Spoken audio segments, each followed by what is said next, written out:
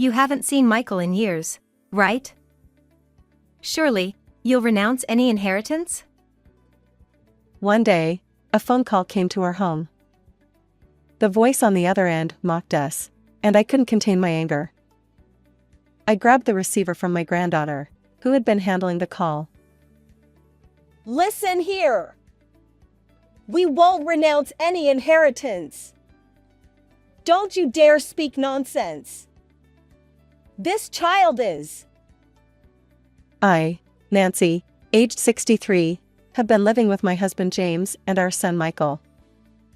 Since getting married and having a child, I started working part-time, and I continue to do so. James has led a straightforward life as an office worker, and he was an ordinary man in both good and bad ways. He is 2 years older than me, but his gentle nature and the inexplicable charm that made it impossible to ignore drew me to marry him. After Michael was born, James became a doting father, spending weekends playing with Michael and taking him out. Our son Michael has always been sociable, diligent, and excels in academics. He's an all-around talent, both in sports and studies. In a positive sense, he's such an outstanding student that it's almost mysterious why a child like him was born to us. He's also quite good-looking, and apparently popular among women. After graduating from college, Michael left home and independently started and managed an IT-related company at a young age. Both James and I are incredibly proud of Michael. He's our pride and joy. As time passed, when Michael turned 28, we received news that he had married a woman named Sophia and they had started living together. Since Michael had left home and become independent, he rarely contacted us, perhaps due to his busy work schedule. However, he hadn't mentioned anything about being in a relationship with this woman until now. To our surprise, he reached out after a long time, sharing both the news of his marriage and the birth of their child. Given his position as a company executive, it's understandable that he leads a hectic life.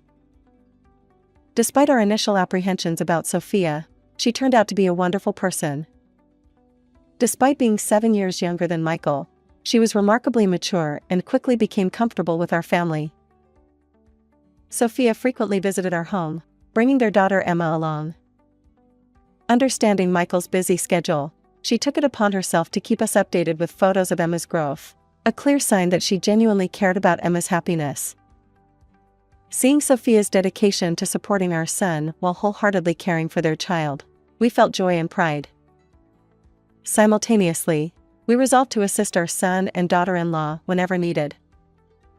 Although Michael's income made financial difficulties unlikely, we wanted to lighten their burden if any unforeseen circumstances arose. One fateful day, tragedy struck my son's family. It was Emma's 6th birthday, and Michael happened to have a day off. Taking advantage of the opportunity, they planned a family trip and booked a cozy resort hotel. However, during their journey, they were involved in a terrible car accident.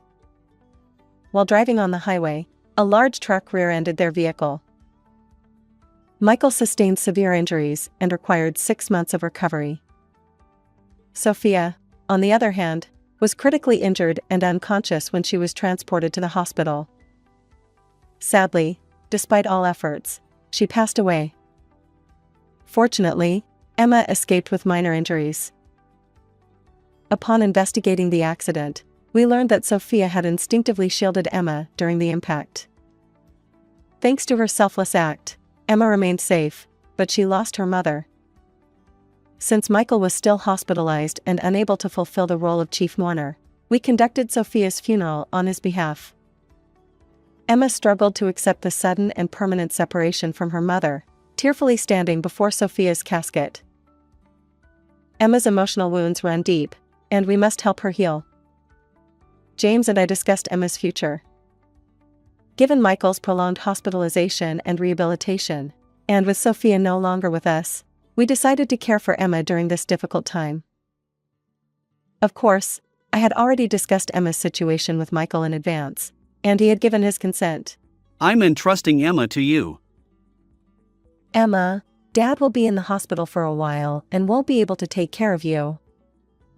So during this time, Grandma and Grandpa will look after you. Is that okay? Emma, shocked by losing her mother and facing an unexpected new life, was bewildered.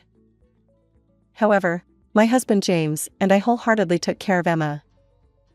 Whenever James had a day off, we tried to spend time together as a family. On other days, we made sure to communicate with Emma, ensuring she didn't feel lonely. Our efforts paid off, and Emma gradually adapted to our life, slowly healing the emotional wounds from losing her mother. As time passed since the accident, Michael's condition stabilized to some extent. He returned to work early, eager to make up for the work he missed during his hospitalization. However, Emma remained with us. I wondered how long Michael intended to keep his child with us, especially since she would soon start elementary school. But considering that Michael's role as a company executive involved responsibilities beyond our understanding, we interpreted his actions favorably. Now, I had decided to document Emma's growth, just as the late Sophia had done for us, by taking photos and sending them via email. However, Michael never responded. For us, Emma is undoubtedly our granddaughter. Emma's father is Michael. I believed that he should be aware of Emma's future. Frustrated by his lack of communication, I sent him a straightforward email. Michael, I'd like to discuss Emma's elementary school enrollment. Could you visit us at home? If you're too busy, I can come to your place. Shortly afterward, Michael called me. I confronted him. Michael, you can't keep ignoring Emma. Yes, work might be demanding, but don't you realize your responsibilities as a father? Emma has missed you terribly since she hasn't seen you in so long. Michael's response shocked me. Mom, there's something I need to tell you. Please continue raising Emma as if she were your own. You see, I can't handle parenting. It's impossible. Besides, I have a new girlfriend now, and having Emma around would be inconvenient. And honestly, from the beginning, I never felt any affection for Emma. She's not even Sophia's biological child. I was utterly stunned by his shocking revelation. No affection for Emma? Not Sophia's child? What on earth was going on? Wait a minute, what exactly are you saying? What have you done? Explain. I demanded. Michael's response hit me like a ton of bricks. Emma is the child of a woman I was dating around the same time before I married Sophia. You! Sophia was such a kind person, and you did something like that? I couldn't believe it. Michael, always well-liked, diligent since his student days, and excelling in his professional life, had blindsided us. We never imagined he'd be involved in such a messy situation. True, he had his share of admirers, but the idea that Michael would engage in such reckless behavior. And this woman was interested in me. He continued. But I felt we weren't compatible for marriage. Still, I didn't want to completely cut ties, so we maintained a casual relationship. Then, somehow, she became pregnant with Emma. She demanded that I acknowledge the baby and break off my engagement with Sophia. Michael's revelations shattered my heart. Surely, he had hurt many other women along the way. As a woman myself, anger toward our own child began to build. I had rejected everything, but that woman went ahead and gave birth to Emma without my consent, and then she took her own life, leaving her child behind and selfishly departing. You! You're not kidding, are you? You drove someone to suicide, and yet you think you're blameless? That's absurd. Clearly, you're the one at fault. My anger flared up at Michael's heartless behavior. The revelation left me dumbfounded.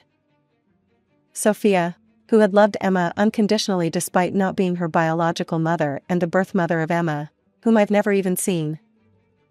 And now, my own son has caused immense trouble. What must Emma be feeling? How did Sophia raise her with such love? I wondered aloud. You can't possibly understand. I never imagined my own son would turn out to be such a disgrace. Do you think we'll entrust you with Emma? We'll take care of her. Michael's response was callous. Enough with the nagging. It's none of your business how I've been involved with women in the past, right? Anyway, I have no intention of raising Emma anymore. I already have a new girlfriend, and we're getting along just fine. So, let Emma be taken care of on that side. As I listened more closely, I could hear laughter in the background, probably from the woman he was with. Just hearing her laugh while discussing such matters made me suspect she wasn't a good person. And Michael, choosing someone like her, seemed to drift through relationships without discernment. I sighed internally. Even if I think it's futile, I'll offer one piece of advice. Being careless in relationships with women will only lead to trouble eventually. Michael's dismissive reply came swiftly. Sure. Thanks for your concern. Goodbye. Clearly, he found further conversation with me bothersome. Michael hung up with an air of resignation. Grandma, why were you so upset? I hugged Emma, holding back tears as I explained. Emma, your father seems to be very busy with work, and he can't take care of you alone. So, you'll continue living with us. I'm truly sorry. I lied. I couldn't possibly tell Emma that her father had abandoned her. She looked at me with concern, and I continued. You know, Emma, Grandma and Grandpa love having you here. We're happy to take care of you. Her expression showed a hint of sadness, but she accepted my words. Afterward, I consulted a friend who was a lawyer about the situation. We discussed various options, and it was decided that Emma would be formally adopted through legal guardianship. This would be better than leaving her in a state of indefinite custody. Additionally, for Emma's future, I filed for child support from Michael through the lawyer. I knew that direct requests from me would likely be ignored, so involving a lawyer seemed more effective. Surprisingly, Michael accepted the child support claim without much resistance. Initially, he had hesitated, but he realized it was better to comply promptly rather than prolong the dispute. However, after the first few months of consistent payments, he stopped altogether. Despite several follow-up requests, there was no response, and I eventually gave up. As time passed, Emma turned 18 years old. I had decided that once Emma became an adult, I would reveal something I had kept hidden all these years. However, since Emma's university entrance exams were approaching, I waited until those were over. With the exams successfully completed and only the results pending, I finally disclosed the truth to Emma about what her father had told me. Emma was shocked. Even though it happened when she was young, the fact that I had kept this secret from her hit her hard. She learned that her biological mother was someone else entirely, and Sophia had been her nurturing mother. On the day I revealed this, Emma was so overwhelmed that she retreated to her room. But the next day, she approached my husband and me with a determined expression. Grandma, if you had told me the truth when I was little, I might not have handled it well. But I understand now that you were trying to protect me. I may not know what kind of person gave birth to me, but those who raised me until now were my late mother and my grandparents. So even if my father abandoned me, I don't feel any sadness. I've realized that. My husband and I cried tears of joy. And in my heart, I silently reported to Sophia in heaven, "Your daughter has grown into an admirable young woman." A few days passed, and then one day, the home phone rang. Emma answered the call. I noticed her tense expression immediately, so I moved closer to eavesdrop. The caller identified herself as Michael's wife, The same woman whose voice I had heard during my last conversation with Michael. Emma's shock was palpable. Emma, you're Michael's child, right? I'm Michael's wife. You haven't seen him since then, have you? Yes, that's correct. Exactly. Now, here's the main point. Michael passed away recently. What? Is that true? Both Emma and I were taken aback. Despite the lack of communication, I never expected Michael to be gone. Strangely, his wife didn't sound particularly sad, despite being his spouse. Anyway, you haven't seen Michael in ages, and you've been living with your grandparents, right? So, you're practically strangers with Michael now. Considering that, you won't be inheriting anything, will you? Besides, it's not like you deserve any inheritance as a stranger. Listening to their conversation, I realized that Michael's wife had married him for financial gain. Michael was no saint either, but to end up with a woman like this as his last spouse was beyond belief. My anger was reaching its breaking point. Inheritance? Overwhelmed by the woman's forceful words, Emma faltered. I snatched the receiver from her hand. Hello? This is Emma's grandmother. I've been listening, and who do you think you are? You're after money, aren't you? Well, we won't renounce any inheritance. I shouted at the woman, my anger boiling over. I hung up the phone. I couldn't let someone like her have her way. Emma looked at me, still a bit frightened.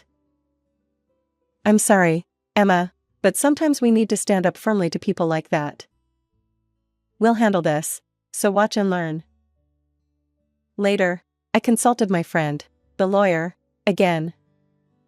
As it turned out, Emma's adoption was a regular adoption, which meant her legal relationship with Michael remained intact. Initially, I had considered severing all ties with her father, but my friend advised against it. If Emma completely cut ties with Michael, she'd lose her right to inherit anything if something unfortunate happened to him. So, we opted for a regular adoption that maintained their legal connection. Through the lawyer, I made a statement to Michael's wife that Emma would not renounce her inheritance, and we demanded the unpaid child support that Michael had failed to pay. The unpaid child support amounted to a substantial sum, around $100,000. Michael's wife couldn't afford it, even with the inheritance she received. To settle the debt, she sold her house, and her subsequent whereabouts remained unknown. Rumor had it she was living quietly in some apartment. One day, Emma treated my husband and me to dinner using the money she had saved from her part-time job. It's not much, but it's my way of expressing gratitude to you two who raised me.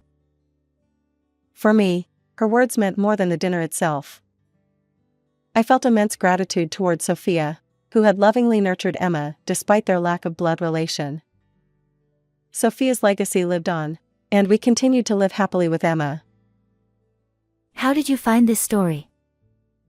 If you enjoyed it, consider subscribing to our channel. Until next time.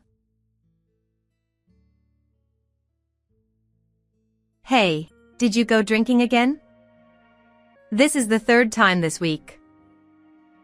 Coming home to someone like you nagging all the time, I get sick of it.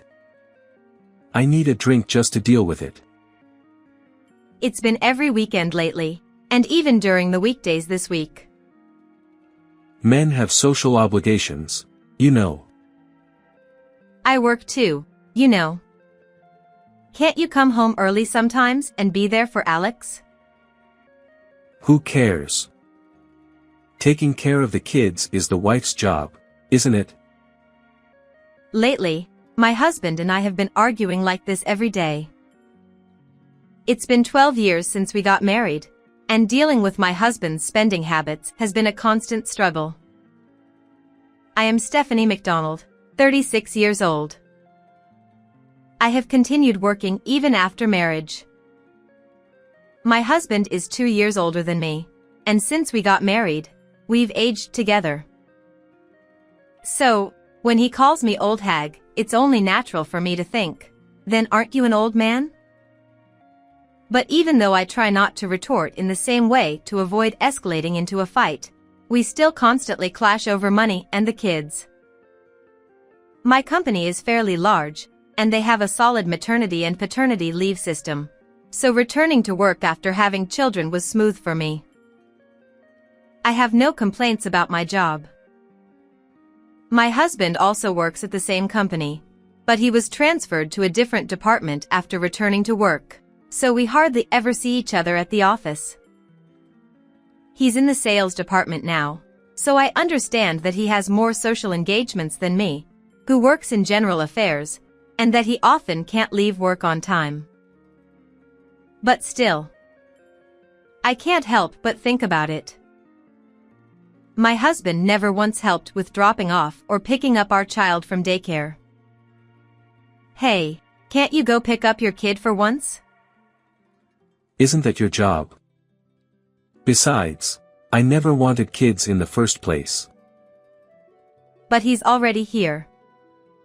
It's pointless to say that now, isn't it? People say you start finding them cute once they're born, but that's a lie. I don't find him cute at all. He doesn't even warm up to me. That's because you never spend any time playing with him. Even when Alex talks to you, you ignore him. On my rare days off, I want to relax too. I can't be bothered to deal with the kid. Our only son, Alex, is now in the 4th grade of elementary school. He's at an age where he understands a lot of things.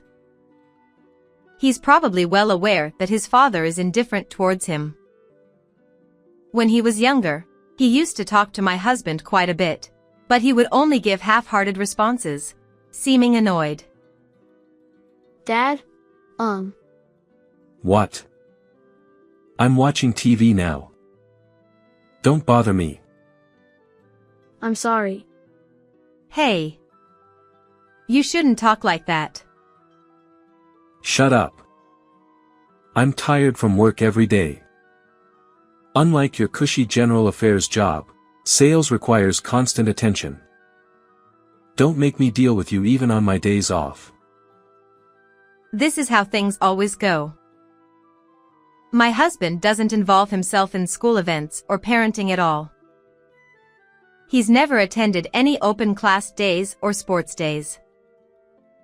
It's hard not to feel like I'm practically a single parent in this situation. Nowadays, even my son doesn't initiate conversations with his father anymore. On top of that, my husband never buys anything for our son, but he spends extravagantly on himself. Yet, he acts all high and mighty every day, and my frustrations just keep building up. I try not to nag too much, but I end up saying something anyway. And there's a reason for it. Actually, when our child turned 3, I discovered my husband's debt. As we both were working, we split the living expenses equally, so I wasn't aware of how my husband was managing his salary.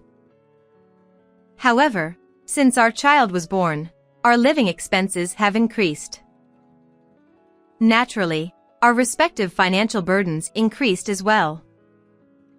We had agreed to deposit a fixed amount into a joint account for shared living expenses, but even though we had only increased it by $200 since before our child was born, my husband often failed to deposit money on the agreed-upon dates. When I confronted him about it, it turned out he still had debt from before we got married. What's more, the balance was still close to $30,000. When I asked what he had been spending it on, how much he was paying each month, and when it would be paid off, he just chuckled and said it seemed like there was no end to it. I've been using it with revolving payments, so no matter how much I pay, the balance never seems to go down. What? For a moment, I couldn't believe what this man was saying. Essentially, he's been making purchases every month that exceed his payments, but since he's putting everything on revolving payments, the amount he owes never changes. In fact, it's been increasing over the years. It's such a reckless plan, and it filled me with anger. I couldn't help but feel pathetic that he doesn't even seem to realize he's become a father. To prevent any further splurging, I decided to deactivate all the credit cards he had at the time. He grumbled quite a bit about it, but I earnestly explained to him what would happen if his debt continued to increase and managed to convince him not to use them anymore. If the money had been spent for the family's sake, it would have been one thing, but this debt was incurred for his own extravagance. It's only natural for adults to take responsibility for their own actions. However, because he wanted to repay the debt as quickly as possible, he increased the monthly payment amount, leaving me to cover most of the household expenses. It's been 7 years since then, and the debt has long been paid off, yet the amount my husband contributes to living expenses is less than before. When I asked him to increase it, he simply reasoned. You earn more. He used this as an excuse and never increased the amount. He believes it's only natural for the one with the higher salary to contribute more to the family. My husband's sales performance isn't great either. He's constantly being outperformed by his peers, which makes him feel stagnant, so he's not putting much effort into his work. Consequently, he's not getting promoted. Meanwhile, I was promoted to the head of the General Affairs Department 2 years ago. As a result, I started earning more than my husband. However, he's not too thrilled about it. I tried giving my husband various advice to motivate him, but it seems he didn't like that either. What do you know about sales? Don't butt in where you're not needed. He completely ignored my words. He just argues back no matter what I say, so I gradually became tired of it and stopped saying much. One day, my husband mentioned that he was going back to his hometown for a high school reunion. When he said going back, it wasn't really about visiting his parents because they had already passed away, and his brother's family lived in the family home. My husband and his brother didn't get along well and had no communication at all. There had been a dispute over the inheritance when their father passed away 5 years ago. My brother-in-law and his wife had been taking care of their mother, who required nursing care for many years. My husband had completely distanced himself from the situation. Despite feeling sorry, I couldn't find the time to help out much due to my job, and I was basically left to handle everything on my own since our child was born. As a result, I hardly visited my in-laws, and my mother-in-law passed away almost 3 years before my father-in-law, who died a year before my husband's debt came to light. Therefore, it seems that my father-in-law left a will stating that all of his assets would go to my brother-in-law and his wife after his passing. I thought it was fair, and I even told my husband that it was fine, but he was not happy with it and made unreasonable demands. Eventually, we settled on getting paid the statutory inheritance share. However, my brother-in-law was upset by my husband's attitude at the time and, as a result, he angrily demanded that my husband stay out of their affairs in the future in exchange for giving the inheritance share. Knowing about this incident, I couldn't bring myself to face my brother-in-law and his wife, so I haven't had any contact with them since my father-in-law passed away. At that time, my husband used the money he received to settle the remaining debt. However, it was then revealed that while he had claimed to be increasing the revolving payment amount so he couldn't contribute to our living expenses, he still had over half of the balance remaining.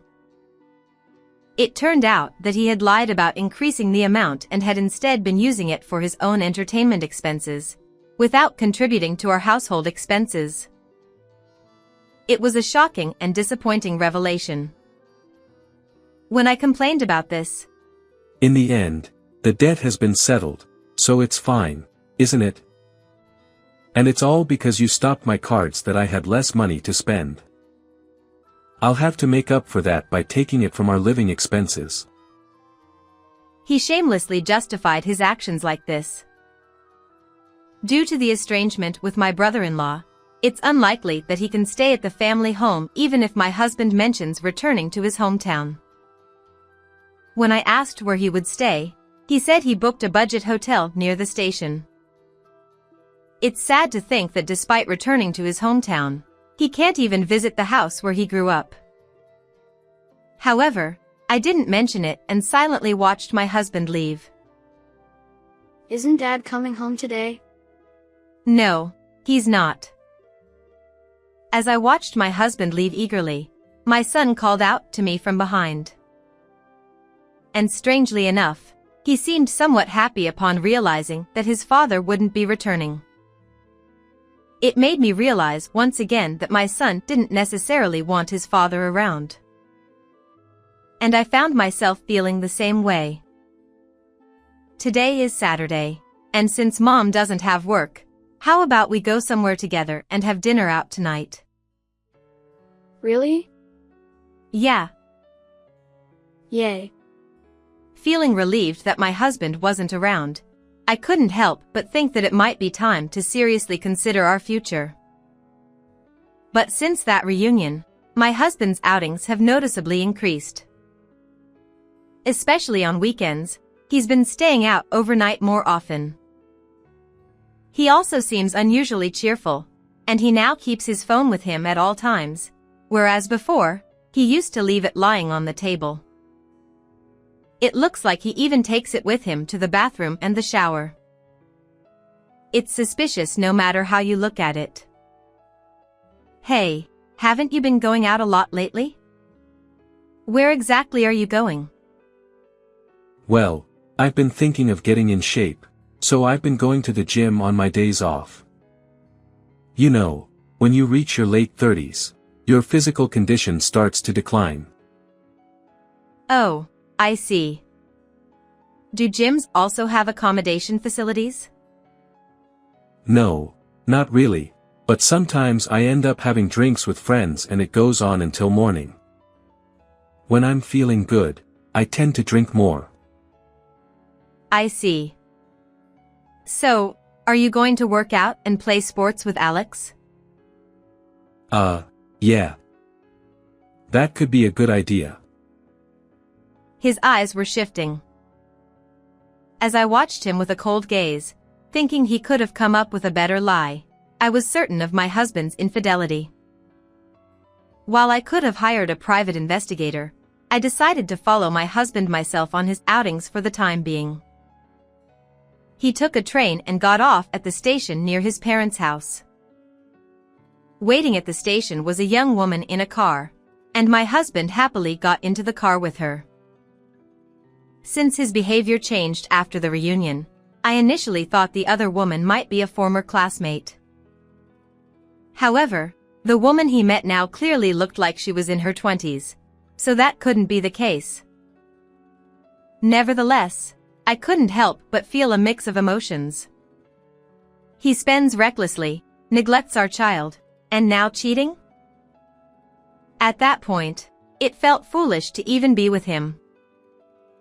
I made up my mind to divorce him and started preparing for it. Well, I'm off. Might stay over at a friend's place tonight. Oh, okay. Take care. I thought this was the perfect opportunity.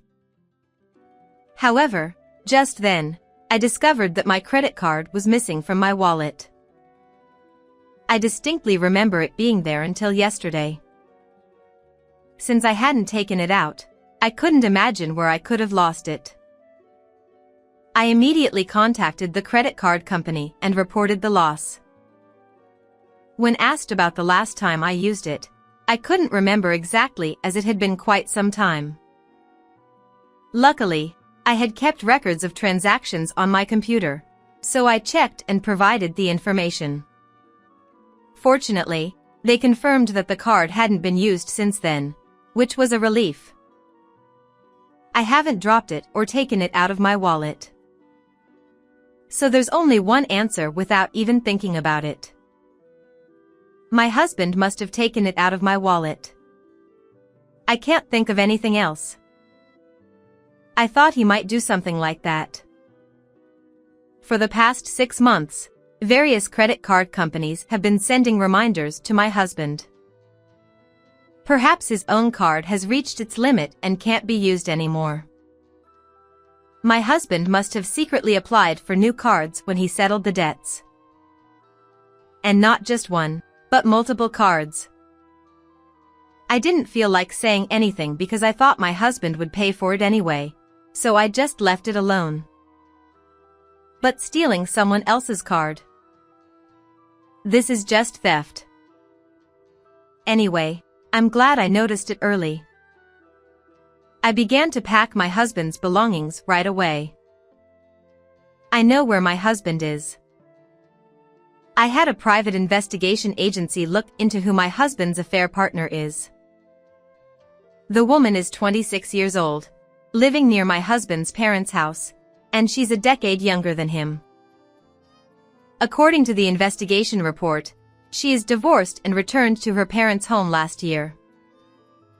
It seems they met at a budget hotel where she worked when my husband attended a class reunion. Since they were originally from the same neighborhood, they probably knew each other's faces, which might have sparked conversation.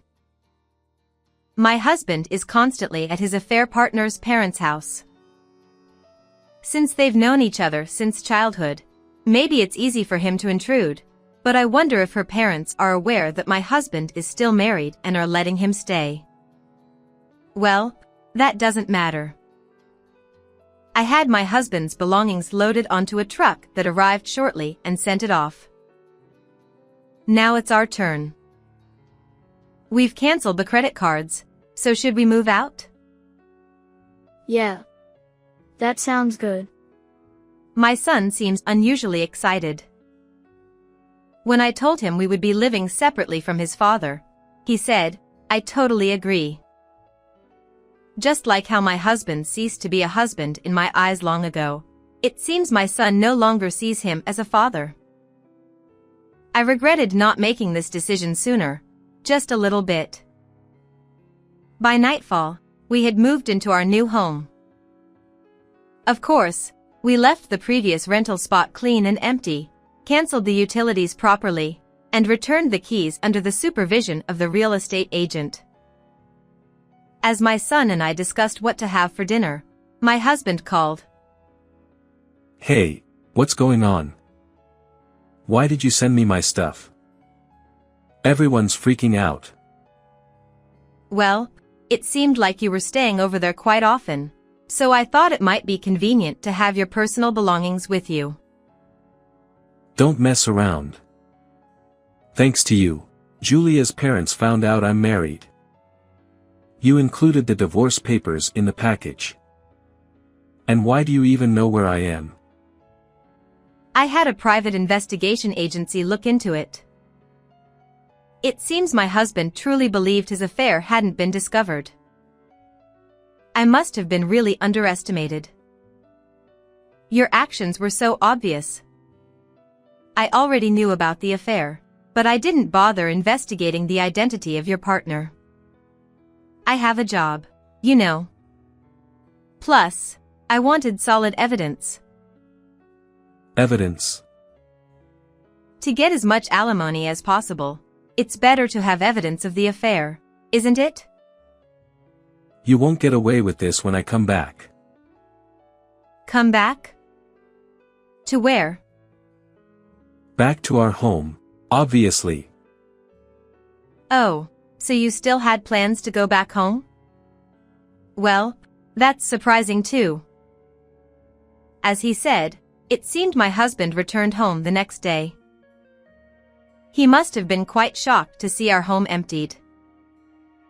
I wonder why he thought I would still be there, even though I had sent him the filled-out divorce papers.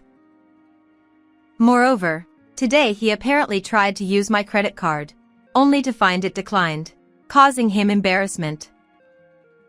If a card goes missing, it's only natural to report it lost, right? Oh, by the way, I also filed a theft report with the police. Huh? My husband's voice trembled. It was clear he was worried about getting caught by the police. Well, if he doesn't have that fear, I won't be able to settle my anger either. It's true that I reported it to the police, but unfortunately, since he's family, he won't be charged with theft. Furthermore, according to the credit card company, if a card is stolen and used by a cohabiting family member, the payments aren't waived due to the owner's negligence in supervision. It means I have to pay for it. I'm glad I noticed it before it was used. Since my husband's affair was proven, the divorce went smoothly. I reported the divorce to my company.